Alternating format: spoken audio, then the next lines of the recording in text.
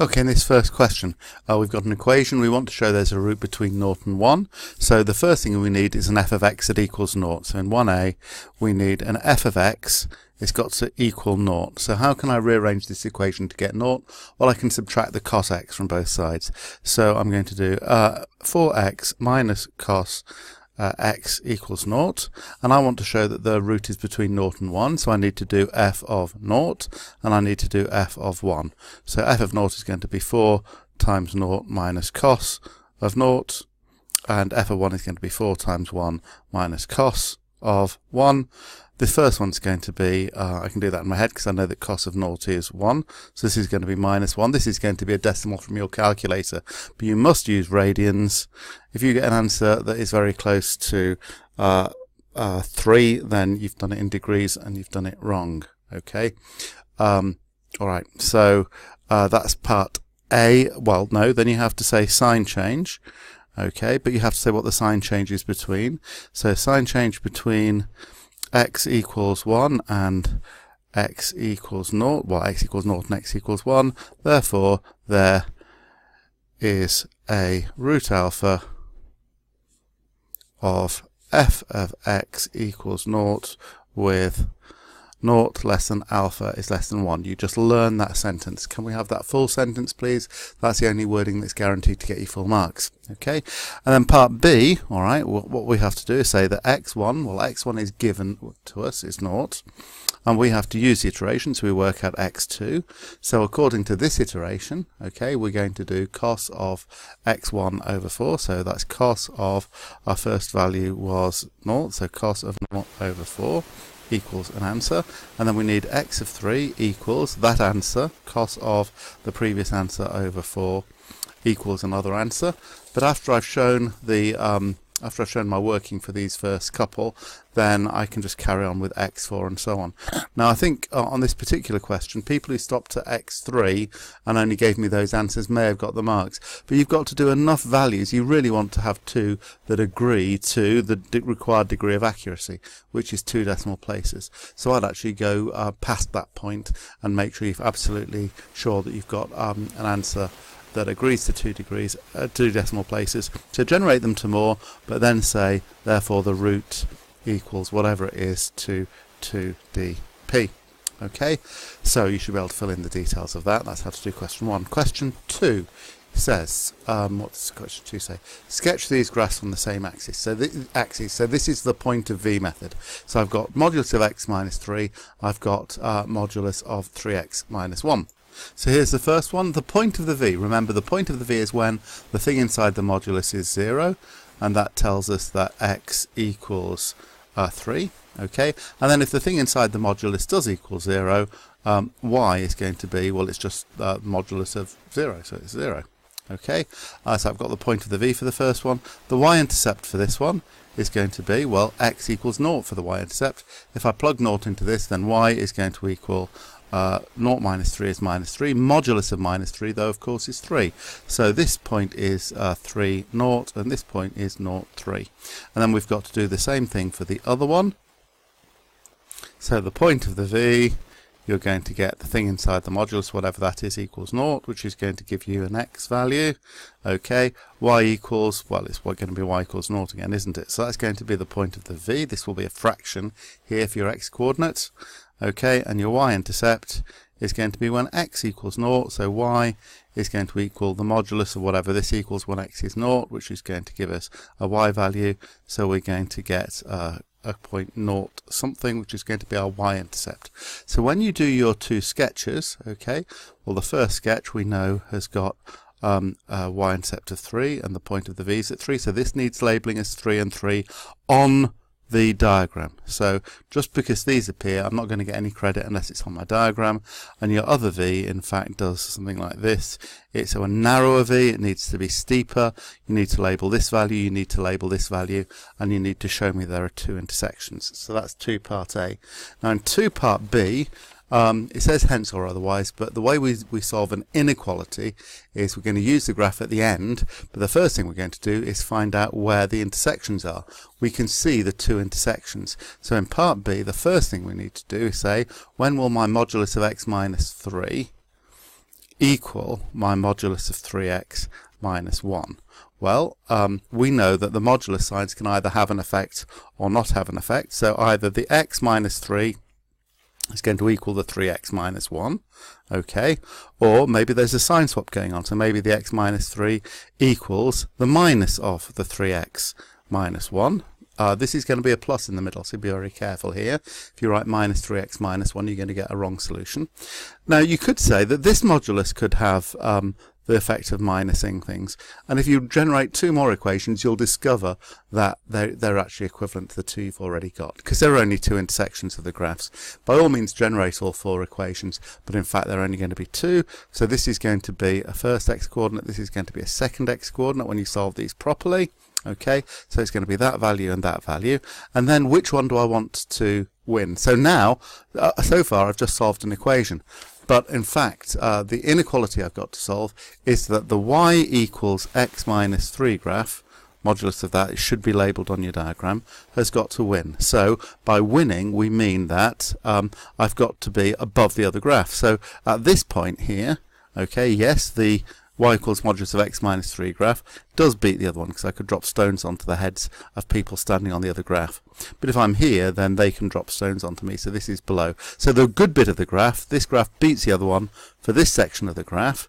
So for these two x values that you found, I need to be between them. Okay, and I'm not allowed to equal them because the inequality I'm solving is a strict, where is it? It's a strict inequality. I'm not allowed to be on the intersection points, so I'm not allowed to be here or here. I've got to be between them. So the answer is going to look like something is less than x is less than something else. Okay, and those two x values are the ones you found there. Okay, so that should be able to put you straight on that one. Okay.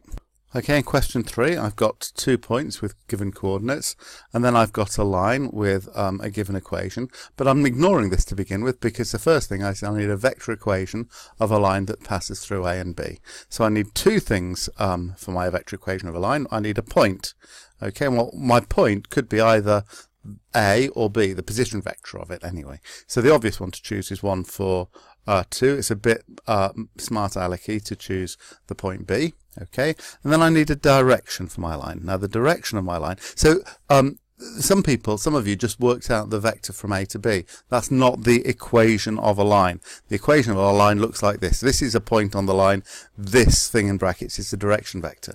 So my direction vector AB, that's the one that I get by doing OB minus OA. So I can do 2 minus 1, 3 minus 1, 4, 2, and that gives me my direction vector. And then my equation of my line has to start R equals first vector plus, I'm not going to use lambda because that's used for the other line, I'm going to do T times the direction vector. So my point goes here, the direction vector AB goes here, just fill in those values. Okay. Then for part B, I've got to show that AP dot this vector equals this. So the unknown thing here is AP. Now this is where your notation is absolutely essential. How am I going to get AP? Well, we're going to get AP, the recipe for that is OP minus OA. Not P minus A, that doesn't mean anything. OP minus OA. And OP is the position vector of the point P. But I know that the point P is on the line L. So it's this line here, not the line you've just done. Okay, but I'm taking lambda to equal P. All right, and we know that this generates points on the line. So when you're told a point is on a given line, okay, your normal reaction to that is to say the vector from the origin to your point equals exactly what you get when you set up this equation, 2 minus 1, 3, okay, minus lambda, but I'm taking lambda to equal P, so that's where P's come into it, P times 1 minus 1, 1. And I can compress that to a single vector if I like. But then to get AP, I'm going to take the answer to that, and I'm going to take away OA. OA is just the position vector of A. It's that written as a column vector. So I'm going to get AP, which is going to be this, which has got P's in it, minus a vector with numbers in it. So it's going to be a number plus or minus a number times P, and a number plus or minus a number times P, and a number plus or minus a number times P. Okay, and that is going to be dotted with the vector here. So this was just given 1 minus 1, 1, 1 minus 1, 1. And remember to do the dot product, we do this bracket times 1. So you're going to get 1 times a bracket, and you're going to get this minus 1 times a bracket with p's in it. This is going to have p's in it, minus 1 times a bracket with p's in it, and then the last one is going to be plus 1 times a bracket with p's in it, and you know that's got to simplify to 7 plus 3p. And then we've got to relate that to the actual problem. So this is a bit of an artificial question, because why did we do that? Why did we work out a dot product? Well, the point about dot products is when things are perpendicular, because we've got the word perpendicular here, the dot product is going to be 0. Okay, some of you are confused by what foot of the perpendicular meant. Well, this has come in some of your core questions. Okay, the diagram we need is, okay, we've got the point. Right, read the question. So we've got the foot of the perpendicular from the point A to the line L. So A was this point which actually isn't on the line. P is a point on the line, but A isn't. So we've got A and we've got the line L. Okay, and we want the foot of the perpendicular. Okay, now we've just been working with a point P on the line L, and we've been working with the vector AP, so that's all going to come into it. The foot of the perpendicular, we want actually to draw a perpendicular line from A to L. Okay, that's what the perpendicular from A to the line L means, and the point where that meets the perpendicular, this is called the foot of the perpendicular. And look, I've called it P because the point that I've been dealing with, P, is a point on the line L, okay, which this very clearly is. Okay, so how can I tell when the P is actually the foot of this perpendicular? Well, here's the vector AP, and here's the direction of the line L. Okay, and the direction of the line L in this recipe here is this vector here. The direction is that vector 1, minus 1, 1. So I want AP, which is here, this one here, to be perpendicular to the direction of L. But the direction of L is that vector there, which is 1, minus 1, 1. And I want AP to be perpendicular to that. So I've got a vector AP, which I want to be perpendicular to this. So perpendicular means we do the dot product. And the answer to the dot product for perpendicular has to be 0. So that's what part B was all about. Because look, AP dot this vector here is exactly the thing that we've just said needs to be 0. So all we have to do in the last part is say, right, we know that the dot product is 7 minus 3p. So 7 plus 3p, I should have said, plus 3p has to equal 0. So it's going to be easy to find out what p is. Okay, so how does that help find the position of p? Well, in the work we did earlier, okay, we said that OP, in other words, the coordinates of P, because P was on this line, OP was 2 minus 1, 3 plus whatever P is times 1 minus 1, 1. So once you know what P is, you can just substitute it into this, okay, and you'll just get coordinates. And you are going to have a value for P, so you substitute that in, you say, so therefore your OP equals the first vector plus the value of P times the direction vector. Okay, so the value of P that you substitute in here, you'll end up getting this as a nice column vector. You should really give the coordinates of P as coordinates, not a column vector. So that's really what I'd like the answer to look like. So that's question 3. Question 4. On question 4, we've got this. Now, what leaps to our attention here? We've got a tan squared x. Okay, so you know in core 2 that sine squared x plus cos squared x equals 1. You now know that 2 other equations in terms of tan squared x is related to sec squared x, and cosec squared x is related to cot squared x. So you're supposed to know that sec squared x equals tan squared x plus 1. Okay, if that's news to you, then I'm afraid you just need to go away and do loads of learning. So tan squared x, from that, tan squared x is going to equal 1 minus sec squared x. So therefore, no it doesn't, it equals sec squared x minus 1, fool. So therefore, I can substitute in for this tan squared x, I can substitute in sec squared x minus 1. So if I do that, okay, my first equation, we're on question 4 now. Okay, so on question 4, my first equation is sec x plus tan squared x equals 1. So sec x, okay, plus tan squared x is sec squared x minus 1. equals 1. So this is going to be a quadratic equation. S plus s squared minus 1 equals 1. So the quadratic equation we're solving is s squared plus s minus 2 equals 0, which even your calculator will solve for you. So you're going to get sec x equals the first value, and you're going to get sec x equals the second value. Those are the two solutions to this quadratic. But then you're going to have to think what cos x is. Okay, so I can actually see one of these solutions is going to be 1. Okay, so if sec x is 1, then cos x is the reciprocal of sec x, so cos x equals 1 over 1. And this is going to give me cos x equals something as well. Okay, so I'm going to say that x equals, well, my first solution, okay, my first x is going to equal inverse cos of whatever it might be. Actually, this one, you can just spot the solutions from the cos graph, which might be the best way to do it. First x here is going to be an inverse cos of whatever cos x is. Okay, but then your second x, which does matter here, is going to be, well, this is where you need your reliable method for your second solution. So you can use graphs. Some of you may even have been taught cascade diagrams, which I'm going to have nothing to do with. Or you can just learn that thing where you do sine, cos, tan 180, 360, 180, minus, plus. But whatever happens, you get a second x. Here you discover your second x. It's the same as the first x.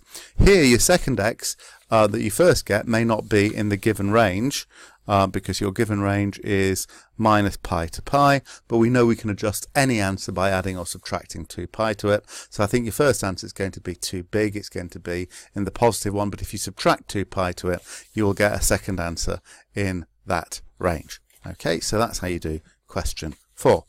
Okay, question 5. All right. We're doing a binomial expansion of 2 minus x to the power minus 2, and they very kindly set up the validity for us. So you've got to remember how to deal with this 2, and then you've just got to use the recipe reliably. Okay, so expanding 2 minus x to the power minus 2, the first thing I've got to deal with is 2. So 2 times, well, I need a 1 in the bracket, that's why I need to take the 2 out. And if I do take a 2 out, then I need to do 2 times minus x over 2. Okay, in order for this to multiply out to 2 minus x. But then I've got to put the minus 2 on. Now, if I put a minus 2 on here, it's wrong, because that minus 2 is only applying to this bracket, whereas this minus 2 is applying to everything. So your first version should look like this. And then we need to take account of the fact that the minus 2 applies to the 2. So I get 2 to the power of minus 2, okay, times 1 minus x over 2 to the power of minus 2. And 2 to the power of minus 2 is 1 over 4, because it's 1 over 2 squared. Okay, so if you don't get that quarter, you're going to lose about half the marks for the question just in accuracy marks. Okay, then we've got to expand this properly, so we're going to get 1. I've not left anything like enough space, because they want you to do 4 terms here. 1 plus, okay, n times x, this is in your formula book, the power is minus 2. Now the x is not an x, it's a minus x over 2. Some of you made errors with your signs. It's minus x over 2 here, and the next term is going to be your n, which is minus 2, times n minus 1, which is minus 3 over 2, 1 times 2, your formula book says, times bracket squared, where this is minus x over 2, and the next one is going to be a bracket times a bracket times a bracket over 1 times 2 times 3 times a bracket to the power 3. Okay, I'll let you do that one, and then you just simplify this out. So you're going to end up with a quarter, you can see from the first one, plus some number of x, plus some number of x squareds, plus some number of x cubed. And I think I can see they are all going to be positive. Okay, because in this one it's a negative times a negative. In this one it's a negative times a negative, which is positive, and a negative squared is positive, so that is going to be positive. Okay, and this is actually going to be negative times a negative times a negative times a negative cubed, which is negative times a negative, which is positive again. So you're going to get all the coefficients being positive. Okay, some of you, as I say, made sign errors. Okay, so that's the first part. So that was 3a. Now for b, we've now got to do, what have we got to do in 3b? We've got to do in 5b. So 5b, we've got 3 minus x over 2 minus x squared. So 3 minus x over brackets 2 minus x squared. Well, how's that related to what we've done? Well, 2 minus x squared is 1 over 2 minus x in a bracket squared. If you've got a bracket, a power of a bracket, or a bracket itself on the bottom of a fraction, that's a negative power. So this is just 3 minus x times our answer to a. Okay, now you can multiply this out any way you want, but the question only asks us for the coefficient of x cubed, so I don't need to have to do the whole multiplication. And the easiest way to do just part of the multiplication is to set up a grid. Okay, so it's 3 minus x, and then I've got a quarter, and I've got some number of x's, I've forgotten what it is. Okay, some number of x squareds, forgotten what it is. Okay, and some number of x cubed. So the way the grid works is you do 3 times a quarter, so this is going to be 3 quarters. You do minus x times a quarter, so this is going to be minus a quarter x. You do 3 times however many x's this is, so you're going to get some number of x's. But all of those terms are a bit of a waste of time, because the only place I'm going to get x cubed is here. I'm going to get 3 times however many x cubed that is, so this is going to be some number of x cubed. And there's going to be x times x squared. This is going to be some number of x cubed. So these are the only 2 bits of the grid that I need to do. So I can add these terms together. Don't multiply them together. I think one person did. Okay, add these two terms together, and you're going to get something times x cubed. But the question asks for the coefficient of x cubed. Okay, so the coefficient of x cubed doesn't mean the whole x cubed term, it just means that number there. So the coefficient you have to give without the x cubed, otherwise I'm afraid you can't have the last mark. So the number of x cubes you get in that expansion. Okay, alright, next one, question 6. We've got to do the R alpha method. Okay, so some of you, if you haven't yet practiced the R alpha method enough yet, then jolly well do it. Okay, you can use the, sort of trial and error method. The one thing they don't tell you is that alpha is acute. So if you're using the just spot it method for alpha, you have to check it works. And some of you that tried to do it with the proper method had got a sign error. So we really need to be careful with this minus sign. I'm going to do it the proper way. So r cos x plus alpha, I have to expand out. Just before I do it the proper way, though, we know that r, okay, I'm doing it the quick way now. So we know that r is going to be the square root of that one squared plus that one squared. So you know that r is going to be the square root of 3 squared plus 5 squared. Don't need to worry about the minus sign, because when you square it, you always get a positive. Remember, r is always the positive square root, so there's no plus or minus in front of this. Okay, and then alpha. Now alpha is going to be, well, tan alpha is going to be something like 3/5 or 5 over 3 or minus 3/5 or minus 5 over 3. Okay, just because there's a minus sign on there, as we're going to see, it doesn't mean that we actually get a minus in our tan. Okay, if we know that alpha is acute, so if it says that 0 is less than alpha is less than 90 degrees, we are in degrees here, though actually we don't discover that till this part here. Should have degree signs all over this. Since we are in degrees, if we knew it was acute, okay, then we'd know that tan alpha is going to be positive anyway. So you wouldn't have to consider either of these. It's just one of these values. But if you inverse tan all of these, and remember, inverse tanning, you might have to add 180 degrees to it. So there might be a few things to try out. But if you think you've got your alpha using a quick method, then all you need to do is invent any value of x, like 1 degree or 20 degrees, okay, and substitute in your r value you'll have correct, substitute in x is 20 degrees, the alpha you think, and check that this recipe gives the same as 3 cos of your chosen x minus 5 sine of your chosen x. But the proper way to do it is to expand this out properly. So r times, your formula book tells you that cos of a plus or minus b is cos a cos b. So we've got different letters. Your formula book, this is an a and a b. I've got an x and an alpha. So cos x times cos alpha. Okay. If this is a plus, then actually it's a minus sine x sine alpha. So this is r cos x cos alpha minus r sine x sine alpha. And that has got to agree with 3 cos x from the question minus 5 sine x So what's the matches for the first term? The first term, I've got a sine x here. Okay. Sorry, the first term I've got a cos x here. That's the second term. This is the first term. I've got a cos x. And the term with the cos x here has got a 3 in front of it. So this other bit, r cos alpha, has to equal 3. So r cos alpha equals 3. And from the other term, the sine x is going to match this sine x. So minus r sine alpha is going to be minus 5. So r sine alpha equals 5. If there's a minus that already matches this minus, you can put a minus there and a minus there.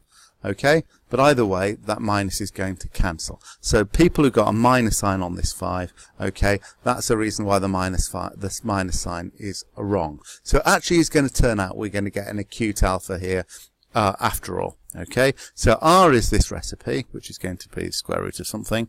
To get tan of alpha, okay, we have to do the r sine alpha one divided by the r cos alpha. So tan alpha is going to be the 5 divided by the 3. So alpha is the inverse tan of that. Okay, you have to consider adding or subtracting 180 degrees from that, but if you try it out in the original equation, then in fact it's the one without the 180 degrees added that works. And we can see that should be true here, because we can see from this that cos alpha and sine alpha, r is definitely positive because we choose the positive square root. Okay, so cos alpha is going to be 3 divided by something positive. So cos alpha is positive and sine alpha is positive. So if cos and sine and tan are all positive, alpha is going to be acute, as you'll discover if you try both possible values of alpha. So that's how you do the r alpha method. Okay, some detail on that. I'm not sure it's worth doing because you've got the full video of that in your notes. You need to learn the r alpha method. And 6b, we've got to solve 3 cos x minus 5 sine x equals 2. Okay, for 0 is less than or equal to x is less than or equal to 180 degrees. So we know that this is your square root of whatever it was. Give this as an exact surd. It's not nice to have r as a horrible decimal, times cos of brackets x plus alpha. So we want that to equal 2. So cos of x plus alpha equals 2 over the square root, whatever that is.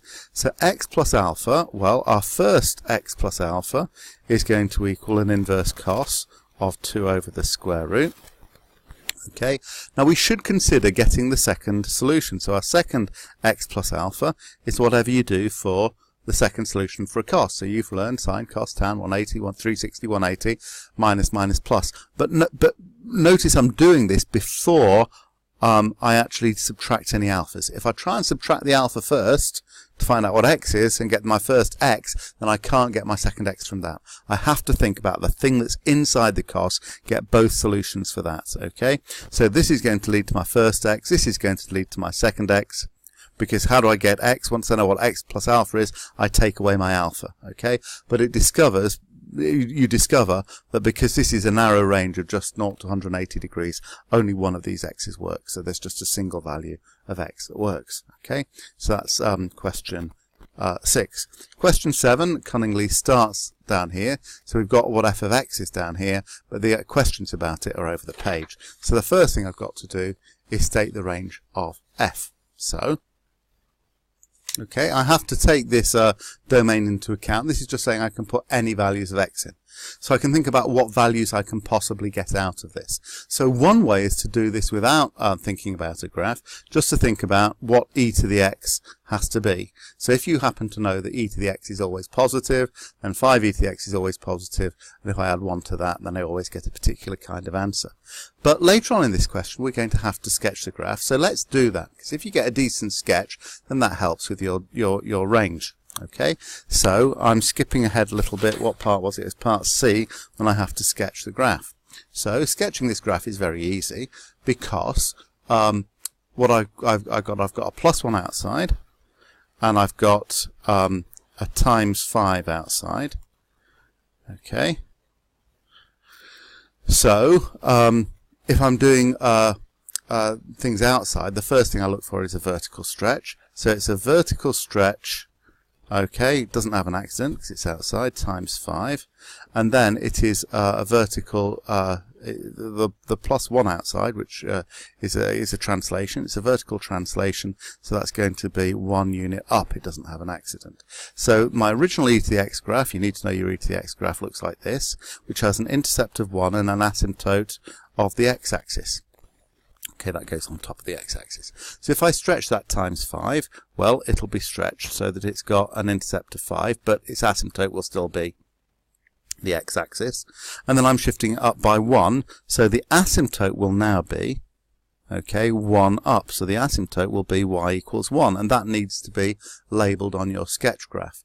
And if that 5 will shift up by 1 as well, so the graph will look like this with a y-intercept of 6, and it will go up like that. Okay, might as well do the other graph while I'm at it. I'm sketching the inverse function. Now you can get the equation of the inverse first and then try and sketch it. Okay, but I know that a function and its inverse are reflections of each other in the line y equals x. So if I reflect this graph in the line y equals x, then this point 0, 6 reflects onto the point 6, 0. So there's going to be an x-intercept at 6. This asymptote of y equals 1 reflects to become the asymptote of x equals 1. Okay, so there's going to be an asymptote down here. Okay, it's going to go through 6, and then it's going to go like that. So if you turn it that way on, so your symmetry line is vertical, this ought to be a line of symmetry between the two graphs. And I've not done that too badly. I would get full marks for this sketch, which most of you lot didn't. And the reason why your sketches didn't get full marks is you didn't have the asymptotes even marked, let alone labelled with their equations, and you didn't have the intercepts of the two graphs marked. Okay, there are 3 marks for these graphs, so it's not just going to be a vague sketch of 2 curves. Lots of you are doing your sketches too small as well. Okay, so that's too small and scrappy. This one here is just about big enough, but that's about the minimum size you should do a sketch graph. Okay, so what does that tell us? Well, we wanted the range of this. So what possible outputs can I get? Well, I can see that I can't get y equals 1. The asymptote here, it can get close to y equals 1, but it can't actually equal 1, so the y coordinates I can have are greater than 1. You could write y is greater than 1. You must not write x is greater than 1, because it is the outputs, it is the y coordinates, but the best way to write a range is f of x greater than 1. So that's that one. Okay, part B was finding f inverse. So for f, we know that y equals 5e to the x plus 1. So for f inverse, okay, x is going to be 5e to the y plus 1. So you rearrange, you find out what 5e to the y is, you find out what e to the y is in terms of x, and then you do a ln. So y is going to be ln of a bracket. Okay, and that is your inverse function. But if you leave it called y, you're risking not getting the mark. You need to rewrite this as f inverse of x equals that log expression of x. Okay, because they ask you to find f inverse, so that's, so you should start f inverse of x equals something. And then we want the domain of that. Well, okay, the whole idea of this reflecting in y equals x, the reason why we're doing this is because y and x change places. So the point 0, 6 becomes the point 6, 0, and the same for every other point. X and y change places, so range and domain change places. So if I've got the range of my original function, then basically that is going to be the domain of the other function, but because it's now a domain, it now is described in terms of x. So if this is f of x is greater than 1, the domain is going to be x is greater than 1. Okay, and then parts D and E, well, part D isn't really a part of the question, there's nothing to do in D. We're just saying that g of x is this, and then I've got to find what gf of 1 plus log 3 is. Now, optionally, you can work out gf of x first, and then do gf of 1 plus log 3. Okay, it's much the same whichever way you do it. So I've got to do gf of 1 plus ln 3. Okay, so that's going to be g of well, f of 1 plus ln 3 is 5e to the 1 plus ln 3. So it's 5e to the 1 plus ln 3. Okay, plus 1, so that's substituting 1 plus ln 3 in, that's just replacing the x in this thing here by 1 plus ln 3. Okay, and then I've got to remember what g does. So what does g do? G just does 3 of it and takes away 2. So this is going to be 3 times the thing in the brackets, the 5e to the 1 plus ln 3 plus 1, and then I've got to take away 2. All right, so I've got a mark, but to get any more marks, really, the only remaining thing to do is to simplify this. Now, some people seem to think that they wanted to set this equal to 0. Okay, all right. No, we've got no right to believe this equals 0. Okay, we're not rearranging or anything. We're just simplifying. So it says give your answer in terms of e. That means we've just got to give an exact answer. It's going to have the symbol e in it, but it mustn't have ln 3 in it. So my e to the power of 1, I'm going to do this in a scribble space. So you can simplify e to the power of 1 plus ln 3 on its own, and then you can substitute it back in over here. Well, the secret to do this is to say that anything x to the power of p plus q equals x to the p times x to the q. So if I do that to this, I get e to the 1 times e to the ln 3. And e to the 1, of course, is just e. Okay, e to the ln 3, though, that's a clever bit. E and ln are inverse functions of each other, so e to the power of ln 3, the e and the ln cancel each other. So e to the power of ln 3 is just 3. So this bit here, this e to the power of 1 plus ln 3, just is going to turn into, what have I got, 3 times e. 3 times e, and then I've got times 5. So I just put the whole of that into that expression, 5 times that, plus 1, minus 2. Simplify that, and you get some number of e, plus some other number, and that's going to be your final answer. Okay, so the answer is of the form some number of e plus some other number. Okay, hope that helps. Okay, nearly there. Question 8. Actually, quite a lot of you were fairly good at question 8, but some of you did random stuff that was wrong. This first one, we've got a modulus. Okay, so when we do the modulus of a graph, that's the first thing that happens. The half is outside that, so let's not worry about the half too much. A modulus graph just affects, because the modulus is outside, it's just going to affect the negative part of the graph. Okay, so I'm going to do it far too small here. But this is not the final graph. The graph when I just do the modulus is going to be that these bits are going to be the same. That's still going to be minus 2. That's still going to be 2. Okay. I haven't done any stretching at all, but when I do stretch, I'm not going to be stretching in the horizontal direction. So these are going to be correct in the final one. And then this middle bit, this negative bit, is going to be flipped up, and it will go up to minus 4. Plus 4, because I've made it positive. So that's just doing the modulus, but then I've got a half in front, so I'm doing times a half outside. So this is a transformation. Times a half outside means that I stretch by a factor of a half vertically. So this 4 is wrong. It's going to be stretched to just being a 2. So your final answer does this. But it's a vertical stretch, so that becomes a 2, but this is still minus 2, and that is still 2. Now these gradients ought to look steeper than these other gradients, okay, but you might get away with that. It's a kind of W shape, alright, but there is a change in the gradient here. Okay, that's the first one. The second one, we've just got a plus 2 inside, and we've got a plus 4 outside, so these are translations. Okay, so this is a very easy transformation question, though it's a bit of a strange graph we've got to do it to. So, plus 2 inside, okay, causes a translation, and because it's inside, this is the one that has an accident, so the column vector for our translation is minus 2, plus 4 outside means that we go 4 up. Okay, so each point is going to go 2 backwards and 4 up, so this is going to go 2 backwards to the origin and then 4 up. Okay, so we're going to have for the second one, okay, this point here is going to be on the y-axis at 4. This point here is going to go up 4 onto the x-axis and then backwards 2 in the x direction, so it's going to end up as a 2 here. Okay, and then this point here is going to be, well, it's going to have gone 2 that way to minus 4 and 4 up. So at minus 4, this is minus 2.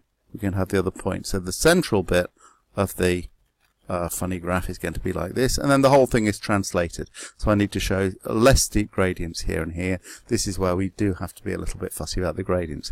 So this point needs to be visibly the point minus 4, 4. Label it if in any doubt. All of that information has got to be on the diagram, okay, in order to get credit. My diagrams here are really rubbishy and small, but you can draw big clear diagrams and get full marks, okay. Quite a few of you did reasonably on that question. And then finally on this one, we've got another equation of a line.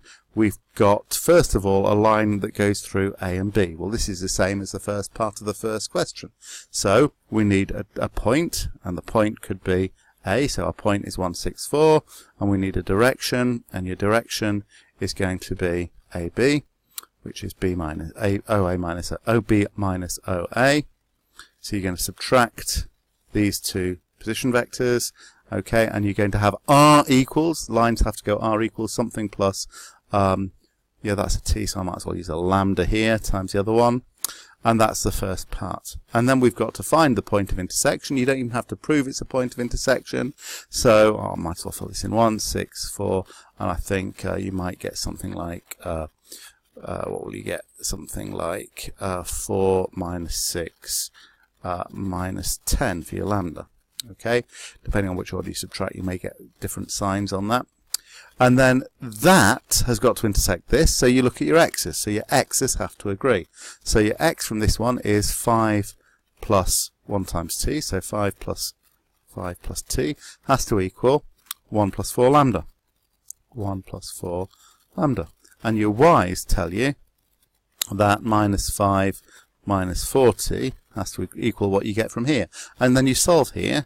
So you solve, you can use your cheating calculator if you can be bothered to rearrange them, or you can just eliminate as normal, and you're going to get a lambda equals and a t equals, okay? Now, what you'd normally then do is check with the z equation. So your z equation will have something with t's equals something with lambdas, and really what you should do is check that the lambda and the t give you the same answer for z, because until you've done that you don't actually know they intersect. But this question says given they intersect, so you are allowed to assume it. So that check on z isn't required, that's why it's only worth 5 marks for this whole question. So my lambda value, well, I could substitute my lambda into this equation, or I could substitute this t value into this equation. Either way you'll get the same position vector, and then we need to give the point C, and once again don't give it as a column vector, you should give that as coordinates here, here, here. Okay, so that's a whistle-stop tour through this paper. Okay, what shall I do? I'm going to also show you the answers. You should have got the numerical answers. Okay, so please do your own corrections before you use the next bit. I'll just give you a quick flash of all the correct numerical answers so that you can flip to the end of this ended part of the video and actually check your answers when you've got them. But please don't look at this until you've done your own solutions. Okay, here we go. So these are someone else's solutions, not mine, but I think they're correct. So there's a solution for question 1. Okay, question 2. That's what your graph should look like. Here are your 2 x values, and therefore there's your range of values over x. Okay, if I'm going too quick, of course you can pause this and wind back. Here's your vector equation of the line that you should have had. Here's your vector OP, so you can work out AP is OP minus OA, and that's the answer you should get for it. So that vector dotted with 1, 1, 1, that's where your 3p plus 7 could comes from. And then for the last part, we discussed why that dot product has to equal 0, giving a p-value, and there's your point. Here's your quadratic equation you get. Here are your 2 solutions for sec x, here are your 2 solutions for cos x, and here are your 3 solutions for x. So there's 1 solution from cos x equals 1 and 2 solutions from this, as we discussed. Here's your expansion of your 2 minus x all squared. So here are the 4 terms you should have got. Notice they're all plus signs. And then in part B, we discussed that you need to multiply your answer to part A by the bracket. When you multiply it out, you get this x cubed term, but the coefficient of x cubed is just a number 3/16. Okay, moving on, your R alpha method, your R is root 34, your alpha, okay, is 59.0 degrees, and in the second part, you get just 1 x value. This person hasn't bothered finding the second possible x value. There is one, but it happens to be outside the range. I recommend you do try and find it. Okay, so there's the numerical answers there. Here's your range of the function. Here's your log expression in question 7 for the inverse. Here's the graph which I did for you. Okay, there's the final simplification. This is the key step where you simplify your e to the power of 1 plus log 3. here are your two graphs in question 8, which I did for you, and in question 9 there's the equation, here's the line that you had to come up with, okay, and here is the simultaneous equations being solved to find that point. So there, that's everything you need to know about this test. Now make sure you've done all of the feedback questions and make sure that none of these things can catch you out ever again.